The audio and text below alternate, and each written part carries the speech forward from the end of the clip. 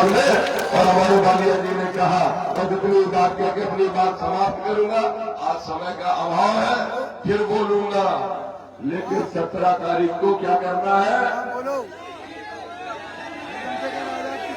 कितनी कितनी भरोगे?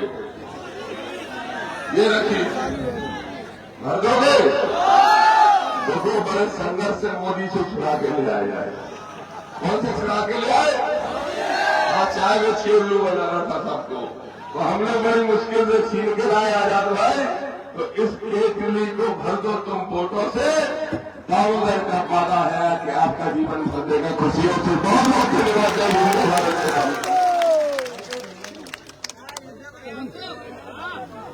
अब मैं आमंत्रित कर रहा हूं,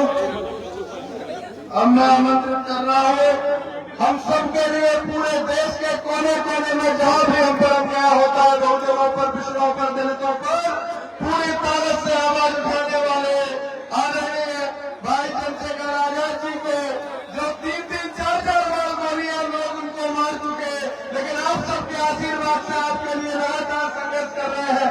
हमारे भाई चंद्रशेखर भाई आजाद जी को आमंत्रित कर रहा हूं। जोरदार तालियों से उनका स्वागत करें।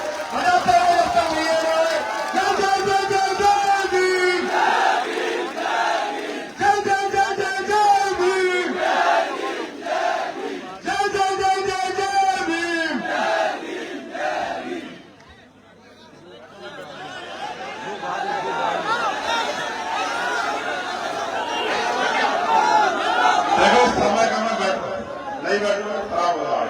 बहुत जरूरी बात करनी है। अगर मुझसे प्यार करते तो बैठ जाओ, और आधा घंटा कैसे बैठो मुझे नहीं पता, तुम जानो।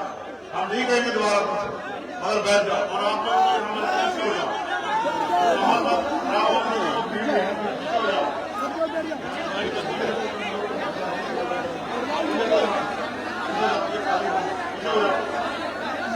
बैठो, जल्दी बैठो, समय खराब हो जाएगा। और मीडिया को छोड़कर जितने हमारे भाई खड़े सब बैठ जाओ।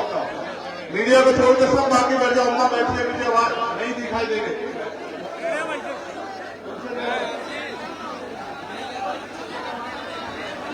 जल्दी करो। अच्छा तुम चाहते हो कि हमारा अगला कार्यक्रम खराब हो जाए? बता, अब चाहते हो तो बता दो एक बार।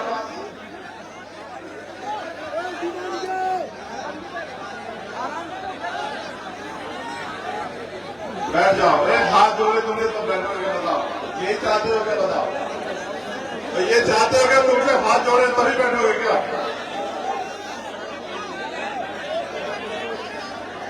हटो भाई, हटो यार, तुम्हारे निकल के साइड चलो यार। आप सभा खराब कर रहे हैं, ऐसा क्यों कर रहे हैं?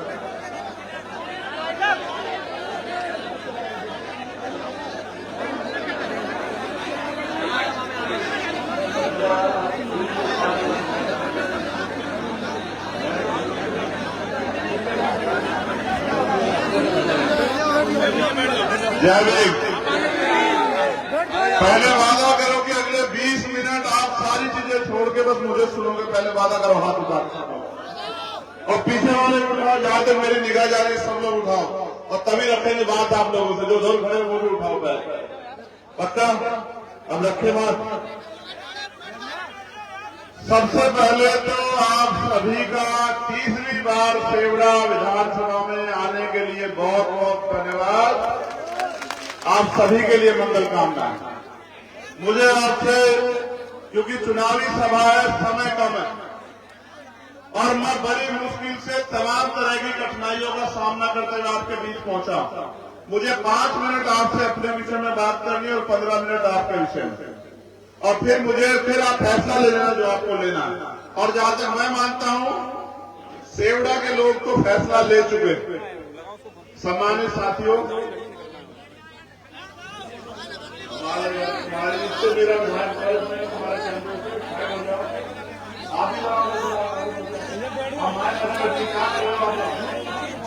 मीडिया को मदद के लिए भाई आप लोग डिस्टर्ब करो कैसे चलेगा? तो समय समय पे भारत की धरती पे जन्मे सभी संतों, गुरुओं, महापुरुषों को कोटि कोटि नमन। और यहाँ उपस्थित मेरे प्यारे भाइयों, मेरे सम्मानित बुजुर्गों, नौजवान साथियों, माँ बहनों, बच्चियों, पुनः आपका धन्यवाद। आज हम लोग सेवड़ा में हैं, और मैं आपको बता दूं कि आपके बीच पहुंचने के लिए आज हमने दामोदर भाई को कष्ट देकर, उनके साथियों को कष्ट देकर हेलीकॉप्टर की व्यवस्था की, क्योंकि आज 3 सभाएं हैं। पहले मेगांव में थी, अब आपके यहाँ, और उसके बाद है अशोकनगर। अशोकनगर में भी 5000 लोग खड़े हैं हेलीपैड पे, जहां हेलीकॉप्टर उतरेगा। लेकिन जिस वजह से हेलीकॉप्टर किया था कि भाई जल्दी जल्दी पहुंच जाएंगे, उसको भी रोकने का बहुत प्रयास हुआ। पहली बार जब उतरे तो वहां उन्होंने कहा बड़े बड़े नेताओं के हेलीकॉप्टर और प्लेन अभी चढ़ रहे हैं, अभी जा रहे हैं, अभी आप रुक जाओ। तो हमने कहा ठीक है भाई। फिर वहां से जब पहुंचे तो 2 किलोमीटर वो बनवा दिया हेलीपैड। फिर भाग दौड़ के वहां पहुंचे तो कहा क्लियरेंस नहीं मिल रहा, इंतजार करना पड़ेगा। आधा घंटा हेलीपैड पे खड़े रहे। वहां से चले तो यहाँ 5 किलोमीटर बना दिया। फिर मैंने उससे कहा, प्लेन के जो हमारे ड्राइवर साहब हैं, पायलट हैं, मैंने कहा भाई इस हेलीकॉप्टर का फायदा क्या हुआ? हेलीकॉप्टर इसलिए किया, अपने औकात से बढ़ के जो काम किया वो इसलिए किया कि टाइम से अपने लोगों के बीच पहुंच जाए। अगर इतना इंतजार करना है तो हम तो गाड़ी से चले जाते, मोटरसाइकिल से चले जाते, फिर तुम्हारा क्या फायदा? तो कहा बात तो आपकी बात सही है। फिर वो हमें यहाँ लेकर आया और अब हमें जाना कहा अशोकनगर। इसलिए आपसे हाथ जोड़ कहा कि 20 मिनट हमें सुन लो। सम्मानित मेरे प्यारे साथियों, इस मंच पर उपस्थित हमारे सभी सम्मानित नेता, हमारे लोकप्रिय प्रत्याशी, भाई मेरा हाथ जोड़ के रिक्वेस्ट है, जो ये चला रहे हैं इसको बस उससे पीछे रखना है। आप समय खराब करा रहे हो। आप समझो यार, दूसरे के भी काम की वैल्यू समझो। क्या मजाक कर रहे हो? बार बार सर पे ले आते हो।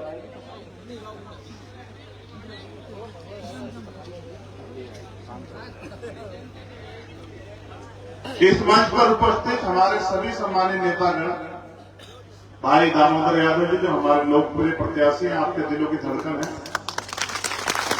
हमारे पार्टी के राष्ट्रीय महासचिव और देश के बड़े नेता भाई रविंद्र कुमार भाटी जी, भाई कुंवर देवेंद्र सिंह जी जो हमारी पार्टी के बहुत वरिष्ठ लीडर हैं, और हमारे भीम आर्मी के राष्ट्रीय महासचिव हमारे बहुत बड़े नेता भाई कमल सिंह वालिया जी, और उनके बराबर के टक्कर के जो नेता इस मंच पर बैठे हैं, हमारे जिले के अध्यक्ष, हमारे विधानसभा के अध्यक्ष, हमारा एक बूथ का कमेटी का जो यहां बैठा है, मेरा भाई, मेरा साथी, मैं आप सबका बहुत बहुत धन्यवाद करता हूं।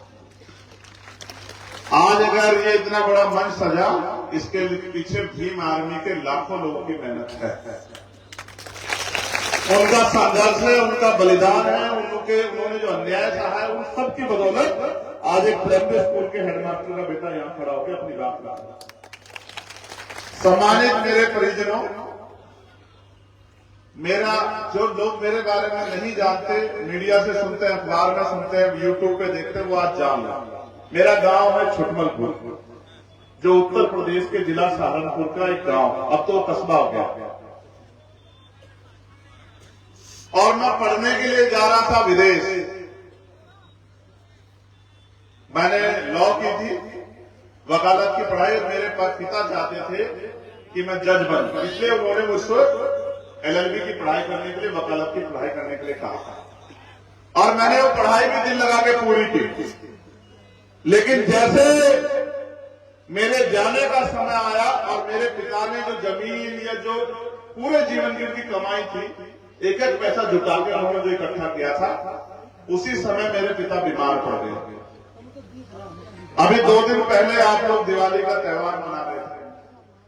मेरे आज भी अच्छी तरह से याद है दामोदर भाई, जिस दिन दिल्ली में मेडिकल रिपोर्ट आई मेरे फादर की, उस दिन रक्षाबंधन का त्योहार था। इधर लोग अपने घरों में त्योहार मना रहे थे, उधर में अपने बीमार पिता के साथ, और मेरे सामने वो रिपोर्ट थी। कल मैंने लाइव में भी आपके सामने अपना दर्द रखा। जब मैंने वो रिपोर्ट पढ़ी और कैंसर का नाम सुनते मेरे पैरों तले की जमीन सरक गई। मुझे लगा कि अब मेरे पिता नहीं बचेंगे। पिता हॉस्पिटल में थे, मैं बाहर आ गया कैंटीन में, और मैं 2 घंटे रोता रहा, और मेरे आंसू पूछने वाला भी वहां कोई नहीं। मैंने अपने पिता को नहीं बताया कि रिपोर्ट में क्या आया, लेकिन मेरा दिल बैठ गया, क्योंकि आप जितने लोग यहां बैठे हो, जिनके पास पिता हो, अपने दिल में हाथ रख के पूछो कि एक बेटे के लिए पिता क्या होते हैं। अपने दिल पे हाथ रख के सोचो।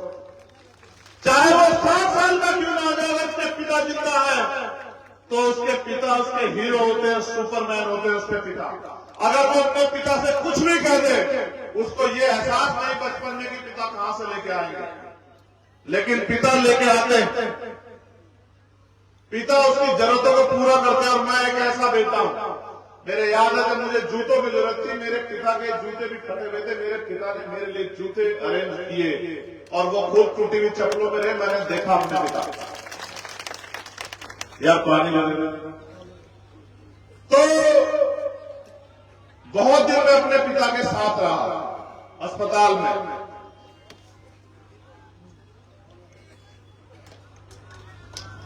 फिर एक ऐसा समय आया, दिन था 11 जनवरी 2013 का, सुबह के 4 बजे, और मैं जाग रहा था अपने पिता के साथ। मेरे पिता ऐसे बैठे हुए थे मेज पे हाथ रख के, हॉस्पिटल में आईसीयू में। 4 बजे उन्होंने हाथ ऐसे पीछे किए और मॉनिटर में जो लाइन चल रही थी सांसों की, वो सीधी हो गई और मुझे लगा कि मेरा सब कुछ खत्म हो गया। जब मुझे पता लगा कि एहसास हुआ कि मेरे पिता मुझे छोड़ के चले गए। लेकिन मेरे प्यारे भाइयों, मैं आपको ये तकलीफ भी बताना चाहता हूं कि मैंने अपने पिता को क्यों खोया। अगर मैं पैसे वाला होता या देश के अंदर ऐसी व्यवस्था होती कि जो इलाज अमीरों को मिलता है वो इलाज गरीबों को भी मिल जाता, जो सुविधाएं अमीरों को मिलती है वो किसान मजदूर मेहनत कर लोगों को भी मिल जाती, तो आज चंद्रशेखर के पिता मेरा हीरो जिंदा होता। लेकिन क्योंकि इस देश में गरीबों का, किसानों का, कमेरों का, मेहनत कर लोगों का कोई वजूद नहीं है, उनका कोई सम्मान नहीं है। मैंने पिछली सभा में भी आपको बताया था कि सड़क पे कोई किसान मरा पड़ा रहे, कोई पूछेगा नहीं, लेकिन अगर एक पशु मर जाए उस पर भी खबर बन जाएगी, मगर उस किसान की कोई खबर नहीं लेगा। तो मैंने अपने पिता को खो दिया। और मेरे इस बीच में हॉस्पिटल के समय में मेरे पिता से मेरी बहुत बात हुई। उनका कहना था कि सबने बाबा साहब अम्बेडकर के संघर्षों से जो फल मिला संविधान का अधिकार के रूप में, उसका फायदा तो उठाया, लेकिन किसी ने भी बाबा साहब अम्बेडकर के दुख को कम नहीं किया। किसी ने भी माननीय काशीराम साहब के अलावा किसी ने भी बाबा साहब अम्बेडकर के दुख को, उनकी पीड़ा को समझने का काम नहीं किया।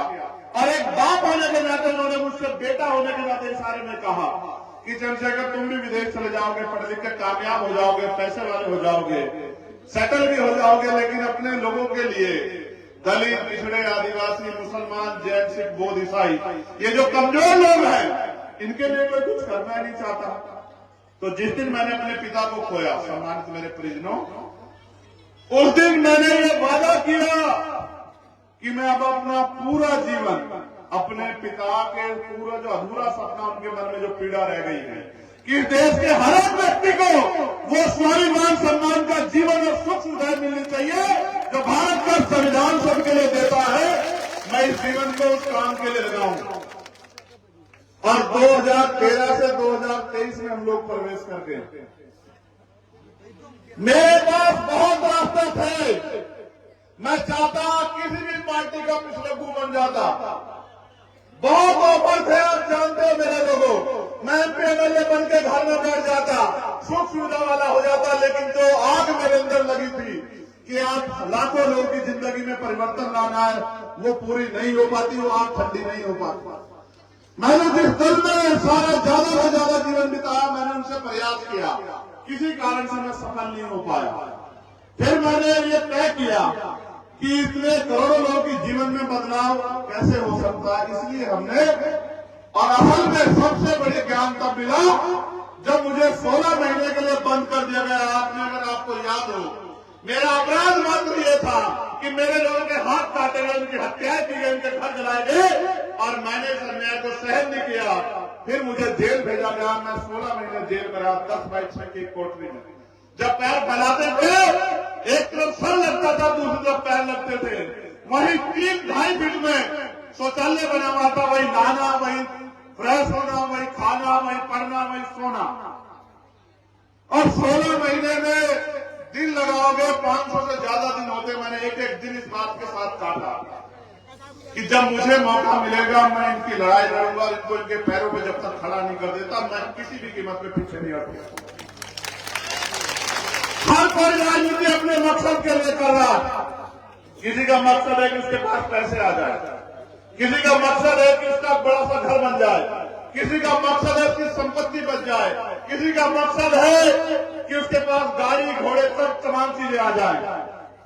लेकिन मेरे जीवन में एक लक्ष्य है कि बाबा साहब अम्बेडकर के सपनों का भारत, मान्यवर काशीराम साहब के सपनों का भारत बने, सम्राट अशोक के सपनों का भारत बने, हमारे संतों गुरुओं बुद्ध से लेकर सतगुरु रविदास जी के महाराज के सपनों का भारत बने, राजपिता ज्योतिबा फूले साहू जी महाराज के सपनों का भारत बने। और वो कैसा भारत होगा? वो ऐसा भारत होगा जिस भारत में कोई भी महिला अपने आप को असुरक्षित महसूस नहीं करेगी, कोई भी बहन अपने आप को असुरक्षित महसूस नहीं करेगी, कोई भी बुजुर्ग, कोई भी नौजवान अपने आप को असुरक्षित महसूस नहीं करेगा। जहां किसी के सपने नहीं कुचले जाएंगे, जहां पैसे कमी कारण आप में से कोई, जैसे मैं अभागा खो बैठा, अपने पिता को ना खो पाए, अपनी बहन को, अपने भाई को, अपने बच्चे को, अपनी माँ को, अपनी पत्नी को ना खो दे। एक ऐसा भारत जहाँ समता मूलक समाज हो, सब लोग बराबर हो, भाईचारे के साथ आगे बढ़े और देश भी आगे बढ़े, देश भी आगे बढ़े, किसान के जीवन का भी मोल हो, मजदूर के जीवन का भी मोल हो, दलितों के जीवन का भी मोल हो, पिछड़ों के संघर्ष का भी मोल हो, आदिवासी की जल जंगल जमीन पर उसका अधिकार हो और 52% आप पिछड़े वर्ग के लोगों को 52% आरक्षण बने। जब 100 नौकरी आए तो 52 नौकरियों पे अगर 100 IAS IPS बनने हो तो 52 IPS बाल प्रजापति, कश्यप, गुर्जर, जाट, यादव के बच्चे, निषाद, मौर्य, सबके बघेल के बच्चे बने। और जो 25% SC/ST को मिला, 25 पदों पे उनके बच्चे बैठे और बाकी 25 पे जितनी जिसकी संख्या है उस हिसाब से उनको भी प्रतिनिधित्व मिले। लेकिन मेरे लोगों, जब राजतंत्र था तो हम लोग राजा के हिसाब से चलते थे, राजा ने जो कह दिया हम उसको मानते थे, राजा का जो मन हुआ उसने कानून बना दिया। लेकिन जब राजतंत्र खत्म हुआ, लोकतंत्र आया, लोकतंत्र में कानून बनाने की ताकत सरकारों के पास है और सरकार बनाने की ताकत आपके मेरे पास है, जनता के पास है। लोकतंत्र में जनता सबसे बड़ी होती है। लेकिन हुआ क्या मेरे लोगों, जब बाबा साहब ने वोट का अधिकार दिलाया, दुश्मन बहुत चालाक था। दुश्मन ने कहा इनके पास वोट अगर चली गई और इन्होंने अपनी वोट का सही प्रयोग किया तो इनका राज आ जाएगा। कल तक जिनको हम अपने डंडे से हाथ लेते थे, जिनको अपमानित करते थे, कर नहीं पाएंगे। लोकतंत्र में जिसके पास शक्ति होगी वो आगे बढ़ जाएगा। तो उन्होंने हमारी वोट को खरीदने का इंतजाम नोट से किया। आज तक भी वो नोट के अधिकार, नोट के हथियार से हमारी वोट को खरीद रहे हैं। सेवडा में तो आप लोगों ने मेहनत की है, दामोदर भाई ने संघर्ष किया है, इसलिए आपकी ताकत का लोहा पूरा मध्य प्रदेश मान रहा है कि सेवडा को कोई नहीं रोक सकता। सेवडा इतिहास लिख के रखेगी और आजाद समाज पार्टी काशीराम का पहला विधायक, दलित पिछड़े आदिवासियों का सच्चा बेटा वो दामोदर यादव जो है वो विधानसभा में जा रहा है सेवडा से। ये बात आपने सुनिश्चित की है, लेकिन गौर करो, दुश्मन बहुत समझदार है। जब हमने 10 साल पहले ये मुहिम शुरू की और गांव-गांव जाके लोगों को समझाना सिखाना शुरू किया, पाठशालाएं खोली, लोग को जागरूक किया। दुश्मन के भी आंखें हैं, दुश्मन बहुत दूर से देख लेता है, वो कांटे को बहुत दूर से पहचानता है और वो विरोधी को भी बहुत दूर से पहचानता है। जब हमने संघर्ष शुरू किया, क्या आपने 10 साल पहले किसी पार्टी को सुना कि वो ये कहे कि हम राशन देंगे? बताओ, ईमानदारी से बताओ, कभी सुना क्या आपने? 10 साल पहले कोई पार्टी कहती थी कि हम राशन देंगे चुनाव में? ये क्यों हुआ? ये इसलिए हुआ कि जब हम अपने लोगों को पाठशाला खोल के मीटिंग करके जागरूक करने काम कर रहे थे, दुश्मन समझ गया कि अगर ये लोग जागरूक हो गए, उन्होंने अपनी वोट का सही प्रयोग किया, वोट की शक्ति को समझा, तो इनका राज स्थापित हो जाएगा। इसलिए जब मैं आपको शासन करने की बात सिखाता हूं तो वो आपको राशन की बात सिखाते हैं। वो ये जानते हैं कि अगर राशन के साथ इनको उनको पता है कि आपके घर में कमजोरी है, उनको पता है कि आपके कनस्तर में 1 महीने का आटा नहीं है। वो जानते हैं, उन्होंने जानबूझ के गरीबी बना के रखी है, क्योंकि वो जानते हैं कि अगर गरीबी खत्म हो गई तो इनके पास समय होगा, इनके कनस्तर में आटा होगा, किसी की मेहनत मजदूरी नहीं करेंगे, ये सोच विचार के निर्णय लेंगे। और ये सोच विचार के निर्णय लेंगे तो फिर ये अपनी वोट को किसी भी कीमत पे दुश्मन को नहीं देंगे। उन्होंने 2 तरीके बहुत अच्छे किए। पहला, आदत बिगाड़ो राज करो। उन्होंने हमारे आसपास की बस्तियों में शराब के ठेके खोले और वो चुनाव के समय हमारी बस्तियों में आके शराब बांटते हैं। हम शराब नहीं पीने वाले लोगों की, हम अपने बच्चों का, अपने महापुरुषों के बलिदान का खून पी पी के दुश्मन को ताकतवर करने का काम करते हैं। आप समझते हो, जो आपको बराबर में बिठाए नहीं, वो आपको चुनाव में शराब क्यों पिलाता है? वो आपको इसलिए पिलाता है कि आपकी आदत बिगड़ी रहे। आप शराब को ताकत मान के उनकी मदद करो। जैसा मैंने कहा कि जब मैं शासन की बात करता हूं तो वो राशन की बात करते हैं, वो आपके पेट की कमजोरी को जानते हैं। मेरे लोगों, मुझे एक बात बताओ, जिसका शासन होगा उसके लोगों को राशन के लिए हाथ फैलाना पड़ेगा क्या? जो जिनका शासन होता है वही तो तय करते हैं एमएसपी की गारंटी मिलेगी नहीं मिलेगी। बताओ, मैं झूठ बोल रहा हूं क्या? जिनकी सरकार है वही तो बताते हैं फसल का दाम क्या होगा, बताओ, वही बताते हैं ना। जिनकी सरकार है वही तो ये तय करते हैं ना कि रोजगार किनको मिलेगा। करते नहीं करते? किस विभाग में कितनी भर्तियां आएगी? जिनकी सरकार है वही तो तय करते हैं लोन किसको मिलेगा। जिनकी सरकार है वही तो तय करते हैं कि सुरक्षा किसको मिलेगी। जिनकी सरकार है वही तो तय करते हैं कि जमीन किसको मिलेगी।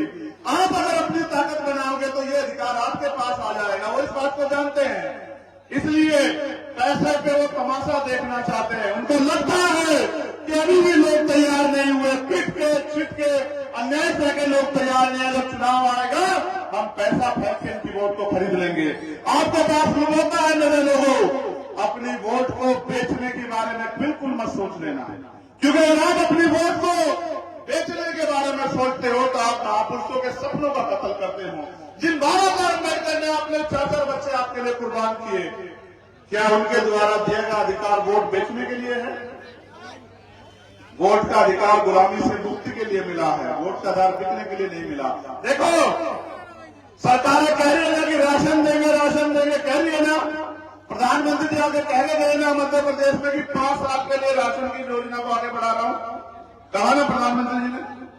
आप मुझे बताओ, जो मुर्गा पालते, मुर्गा फार्म खोलते हैं, वो भी तो अपने मुर्गों को दाना खिलाते नहीं खिलाते हैं? सोचो, खिलाते नहीं खिलाते? क्यों खिलाते हैं? कि वो खा पी के मोटे ताजे हो जाए और फिर उसको स्लॉटर हाउस में भेजने में आनंद आए, उनके अच्छे पैसे मिल जाए। देखो, आपकी वोट लेके आपकी ताकत से वो राज कर रहे हैं और आपकी संख्या लोकतंत्र में सबसे ज्यादा है। आपके लिए रोज रोज सभाएं करनी पड़ रही है कि भाई मान जाओ, इस बार गलती मत करो, किसी की बातों में मत आओ, आप ही बताओ। मैं अपने नौजवान भाइयों से पूछ रहा हूं, जिन्होंने मुझे यहां लाके खड़ा किया, जिन्होंने मेरे लिए मुसीबत झेली, जिन्होंने लाठियां खाई, जिन्होंने जेलें काटी, जिन्होंने संघर्ष किया, मैं उनसे पूछना चाहता हूं मेरे लोगों, क्या किसी की इतनी बड़ी सभा हो रही है सेवड़ा में? आप ईमानदार से बताओ। तो सेवड़ा में आपका मुकाबला किसी और से तो नहीं है, आपका मुकाबला आपसे ही है ना। देखो, फिर कह रहा हूं, गौर करो, क्रिकेट कितने लोग देखते हैं आप में से? हाथ उठा लो, क्रिकेट देखते हैं, बहुत बढ़िया। अभी अफगानिस्तान का और इंग्लैंड ऑस्ट्रेलिया का मैच हुआ। अफगानिस्तान ने 91 रन पे 7 विकेट गिर दिए और प्रेडिक्शन क्या बना कि 95% प्रेडिक्शन बना कि अफगानिस्तान जीत रही है। जैसे आज यहां बन रहा है कि सेवड़ा हम लोग जीत रहे, लेकिन जैसे ये प्रेडिक्शन बना तो अफगानिस्तान के लोग रिलैक्स हो गए।